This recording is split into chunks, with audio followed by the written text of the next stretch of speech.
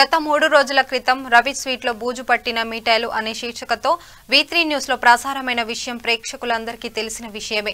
ఈ కథనానికి స్పందించిన ఆహార భద్రతా అధికారి కిరణ్ రవి స్వీట్ లో ఖర్చానాపై తనిఖీ నిర్వహించి శాంపిల్స్ సేకరించారు. సంఘటన జరిగిన 3 రోజుల తర్వాత అధికారి వెళ్లి శాంపిల్ సేకరించడంపై పలు అనుమానాలు వ్యక్తమవుతున్నాయి.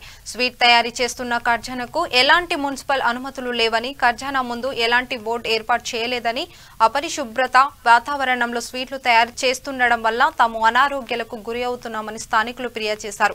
తనిఖీలు నామమాత్రంగానే చేయడంపై స్థానికులు అధికారిపై అనుమానాలు వ్యక్తం చేస్తున్నారు. వ్యాపారిపై చర్యలు తీసుకుని పక్షంలో తాము ఉన్నతాధికారుల ఫిర్యాదు చేస్తామని అన్నారు.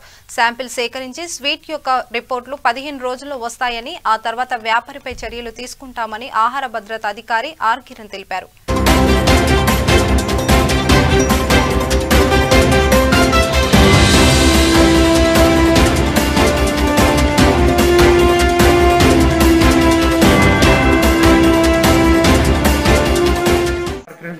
ఆహార భద్రతా అధికారి ఖమ్మం జిల్లా. విశ్వసనీయ సమాచారం ప్రకారం మొన్న ఒక అజ్ఞాత వ్యక్తి నాకు ఫోన్ చేసి ఇట్లా రవి స్వీట్లో మిఠాయి కొన్నామండి, దాంట్లో బూజు వచ్చింది, మీరు చర్య తీసుకోవాలని చెప్పి నాకు ఫోన్ చెప్పాడు. ఆయన నాకు ఎటువంటి రిటర్న్ కంప్లైంట్ కానీ ఏమీ లేదు. సరే, మన సెలవు కారణంగా ఈరోజు వచ్చి ఇక్కడ పరిసరాలు ఇన్స్పెక్ట్ చేయడం జరిగింది. ఇక్కడ అజ్మీర్ కళాకారు ఒకటి మాకు డౌట్ కనిపిస్తే అది శాంపుల్ సేకరించాం. రిపోర్ట్ ఇచ్చాక తగు చర్యలు తీసుకుంటాం. సార్, ఇప్పుడు అది 25th నాడు జరిగింది కదా, జరిగిన తర్వాత కూడా మీరు అంటే ఇంత లేట్ రావడానికి కారణం ఏంటంటే?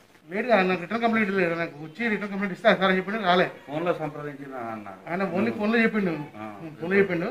తర్వాత తెల్లారి వాట్సాప్ పెట్టి, నాకు అప్పుడు వాట్సాప్ స్పాట్లో వాట్సాప్ పెట్టలేదు, తెల్లారి వాట్సాప్ పెట్టిండు.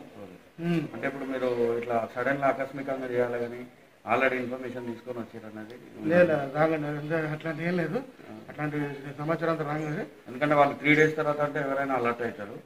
అదే స్పాట్లో చేస్తే ఉంటుందనే క్షణంకి వచ్చాం, అందుకని చెప్పకుండా అందుకనే షాపులో ఒకటి కార్ఖానకు వచ్చాం. షాప్లో ఎట్లుందో పరిస్థితి, షాప్లో శుభ్రం పెట్టుకుంటారని చెప్పి కార్ఖానకు వచ్చాం. ఇది మాకు చూసాను అయితే ఇది ఇల్లు లాగా ఉంది, కార్ఖాన లాగా లేదు. సో మరి ఇప్పుడు ఎక్కడ బోర్డులు కానీ అది కానీ ఏం లేవు ఇక్కడ. అంటే ఇది కార్ఖానా అనేదానికి ఏం లేవు కదా, అది మాకు ఇల్లు లాగానే అనిపిస్తుంది. ఇంట్లో పెట్టుకున్నారు కార్ఖానా, ఇంట్లో కార్ఖానా పెట్టుకున్నారు. ఓకే సార్, వాళ్ళు అంటే ఏదైనా గ్లౌజెస్ కూడా ఇప్పుడు మాస్కులు పెట్టారేమో కానీ గ్లౌజెస్ కానీ అవి కానీ ఏం వాడట్లేదు. సార్ చూస్తే చర్య తీసుకుంటాండి. ఈ రిపోర్ట్ ఎన్ని రోజులు వస్తుంది సార్? రిపోర్ట్ 15 రోజులకు వస్తుంది. 15 రోజుల రిపోర్ట్ రాగా మీకు తగు చర్యలు తీసుకుంటాం. ఇప్పుడు మీరు గతంలో కూడా వేరే దాని మీద తనిఖీ చేశారు, ఆ రిపోర్ట్స్ ఇంకా రాలేదు. రిపోర్ట్ రాలేదు, రిపోర్ట్ వెయిటింగ్ ఉంది. అది వచ్చాక చెప్తారు.